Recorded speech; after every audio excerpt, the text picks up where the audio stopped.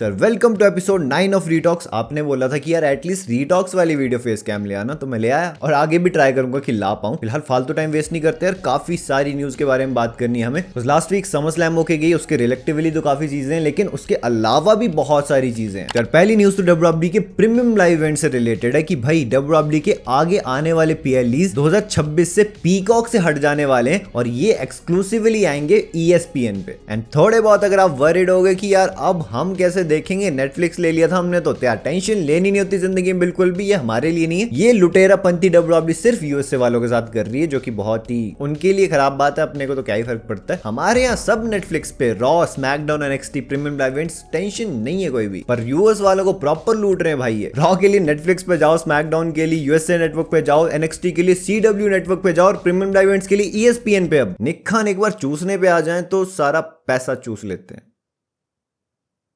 हाँ, अब इससे जो नेक्स्ट न्यूज है वो कैरन क्रॉस और स्कारलेट बॉर्डेक से रिलेटेड है। मैं आपको ऑलरेडी बता चुका था इस बारे में पहले भी कि यार इन दोनों की कॉन्ट्रैक्ट सिचुएशन अभी काफी ज्यादा कॉम्प्लिकेटेड है, इसलिए शायद डब्ल्यूडब्ल्यूई ने समर स्लैम में भी कैरन क्रॉस को हरवा दिया सैमी ज़ेन से, क्योंकि जहां फैंस बहुत ज्यादा डिमांड कर रहे हैं कैरन क्रॉस को पुश करने की, उनके लिए इतनी चैट्स वगैरह लग रही है, एक्सेट्रा एक्सेट्रा चीजें, बट स्टिल डब्ल्यूडब्ल्यूई उन्हें पुश नहीं दे रही है। ठीक है, उन्होंने मैच में डाला उन्हें सैमी के अगेंस्ट, क्योंकि डब्ल्यूडब्ल्यूई यूनिवर्स की तरफ से उन्हें काफी प्रेशर था, बट जितवाया एक भी मैच में नहीं। और समर स्लैम की नाइट 2 के बाद आपने प्रेस कॉन्फ्रेंस में भी देखा ही होगा यार कितनी ज्यादा वी वांट क्रॉस की चांस लग रही थी, और ट्रिपल एस ने उसे पूरा इग्नोर मार दिया वी वांट ब्रॉक कंसीडर करके। हमें वर्चुअली सुनाई पड़ सकता है कि भाई वी वांट क्रॉस बोल रहे हैं, वी वांट ब्रॉक नहीं, उन्हें सामने बैठ के समझ नहीं आया होगा।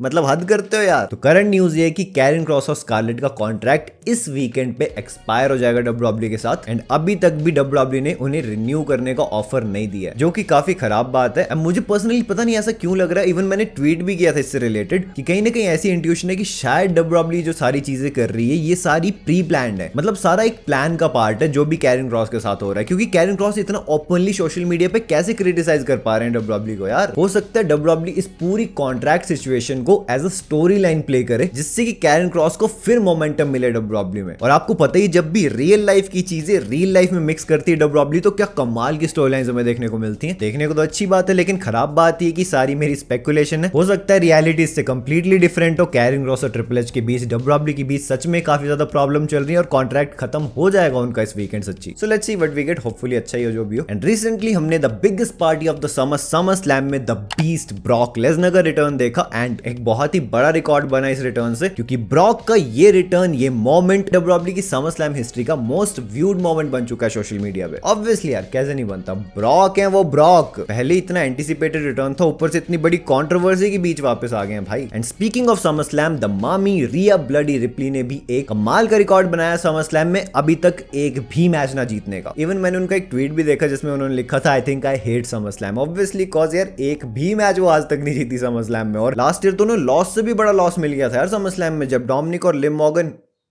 To sweet, bullet club. तो हाँ, my condolences for Rhea Ripley, आप भी दे दो अपनी कमेंट सेक्शन में। नाउ नेक्स्ट चीज जो कि लास्ट वीक बहुत ही ज्यादा बज में रही वाज डब्ल्यूडब्ल्यूई अनरियल सीरीज। इसको लेके काफी सारे फैंस के मिक्स्ड ओपिनियंस थे, क्योंकि काफी सारे लोग बोल रहे थे कि केएफएफ डिस्ट्रॉय कर रही है ये सीरीज, एंड मेरे भी इसको लेके मिक्स्ड ओपिनियंस ही हैं। नहीं, सीरीज बहुत अच्छी थी, उसमें कोई डाउट नहीं है, लेकिन जो उन्होंने सीरीज में दिखाया उसको लेके मेरे मिक्स्ड ओपिनियंस थे। अब देखो, बीइंग अ डब्ल्यूडब्ल्यूई फैन मैं बहुत ज्यादा एक्साइटेड रहता हूँ यार जानने के लिए कि डब्ल्यूडब्ल्यूई में बैक स्टेज क्या होता है, किस तरह प्लानिंग्स वगैरह होती हैं, बहुत एक्साइटेड, लेकिन सब कुछ जानने के लिए नहीं भाई। फॉर एग्जांपल उन्होंने डब्ल्यूडब्ल्यूई अनरियल में दिखाया कि राइटिंग रूम में किस तरह डिस्कशंस होती हैं, किस तरह प्लानिंग्स की जाती हैं, बढ़िया मजा आया देखने में। कुछ ऑल्टरनेट प्लान्स के बारे में पता लगा कि डब्ल्यूडब्ल्यूई इस स्टोरी लाइन की जगह पहले ये वाली स्टोरी लाइन प्ले करने वाली थी। जैसे वो बताया गया था ना कि द रॉक जब एलिमिनेशन चेंबर में आएंगे, कोडी रोड्स उनका आइडिया टर्न डाउन कर देंगे, उनको फक योरसेल्फ बोलेंगे, उसके बाद रॉक केविन ओवेंस को लाने वाले थे और उसी टाइम वो मैच करवाते और केविन ओवेंस न्यू चैंपियन बन जाते। तो हाँ, मजा आता है ये सारी चीजें देखने में कि अच्छा डब्ल्यूडब्ल्यूई ऑल्टरनेटिवली ये भी करने का सोच रही थी। लेकिन खराब पार्ट मुझे वो लगा जहां पे मैचेस के बाद वो हग कर रहे हैं सुपरस्टार्स, केविन ओवेंस इतने गुस्से में, ट्रिपल एच ने उन्हें धक्का वक्का दिया, जो कि और ज्यादा रियल लग रहा था, क्योंकि वो शो पे भी नहीं था, वो बाद में की गई ये सारी चीजें। उसके बाद वो बैक स्टेज जाके भाई हग कर रहे कि भाई मजा आया, क्या एक्टिंग की तूने, वो सब मत दिखाओ ना यार। मुझे नहीं जानना भाई कि कोडी रोड्स और केविन ओवेंस जो एक दूसरे के कट्टर दुश्मन थे, रॉयल रंबल में एक दूसरे को मारने पे तुले हुए थे, वो बैक स्टेज जाके एक दूसरे का हालचाल ले रहे कि भाई तुझे ज्यादा तो नहीं लगी, मैंने गलत मार दिया था पावर बॉम्ब एक्सेट्रा एक्सेट्रा। ये चीजें मत दिखाओ भाई, प्लानिंग्स दिखा दो, ऑल्टरनेट प्लान्स दिखा दो, बट मैचेस के बाद वो जाके हग वग कर रहे कि भाई मजा ही आ गया, क्या मैच दिया हम दोनों ने मिलके, जबकि स्टोरी लाइन में तो बस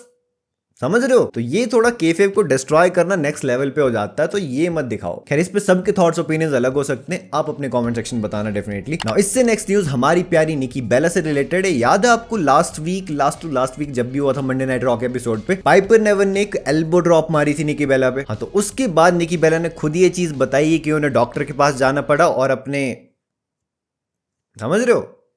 नहीं समझ रहे? तो उन्हें डॉक्टर के पास जाना पड़ा और उन्हें दिखाने पड़े। समझते नहीं यार, उन्हें डॉक्टर के पास जाना पड़ा क्योंकि उन्हें ब्रेस्ट इंप्लांट इंजरी हो गई थी। तो उनकी लाइंस में उन्होंने कहा कि she had to fix her tit, मतलब ऐसे ही कुछ बोला था। नेक्स्ट न्यूज में आपको बताऊं, हमारे प्यारे विंस दद्दू मैकमैन तो आए दिन कारनामे करते रहते हैं, भले डब्ल्यूडब्ल्यूई में हो चाहे ना हो। लास्ट वीक उन्होंने पता क्या किया है, रेकलेस ड्राइविंग, वो भी 80-90 एमपीएच की स्पीड पे, जिसकी वजह से उन्हें नेक्स्ट वीक अब कोर्ट में भी अपीयर होना पड़ेगा। बहुत ही खतरनाक एक्सीडेंट हुआ था। अच्छा हुआ कि सब सेफ है, किसी को कोई इंजरी विंजरी नहीं हुई है, लेकिन जिस तरह वो ड्राइव कर रहे थे, पक्का फास्ट एंड फ्यूरियस 11 की तैयारी कर रहे हैं यार। वो बोलते विन डीजल, रॉक, सीना सब में फास्ट एंड फ्यूरियस में, मैं क्यों ना जाऊं? मैं भी अपना ऑडिशन दूंगा, बेशक बिना कैमरा के देना पड़े। जाओ भाई, अब कोर्ट वैसे ही कम केसेस चल रहे हैं आप पे, तो general grant, law suit etcetera etcetera.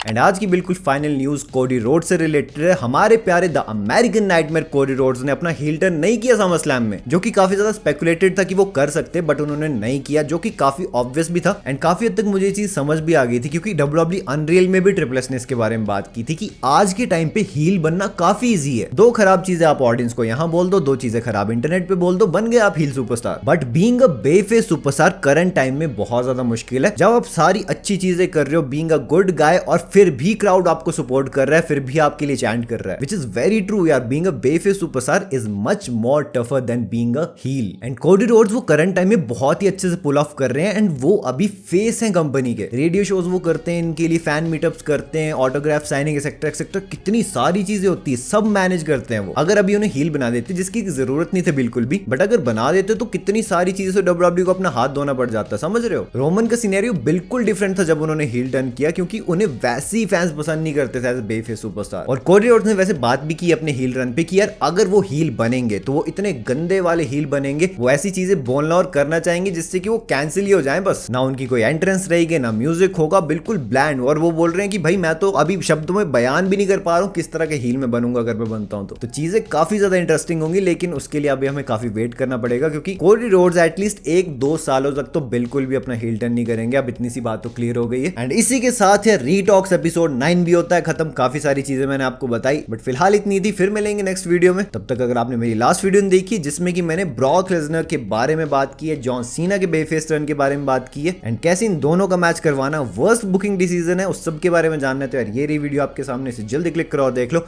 Interest मैं अब आपसे मिलता हूं अपनी नेक्स्ट वीडियो में एक बहुत ही इंटरेस्टिंग टॉपिक के साथ। So until that time, this is जय साइनिंग आउट।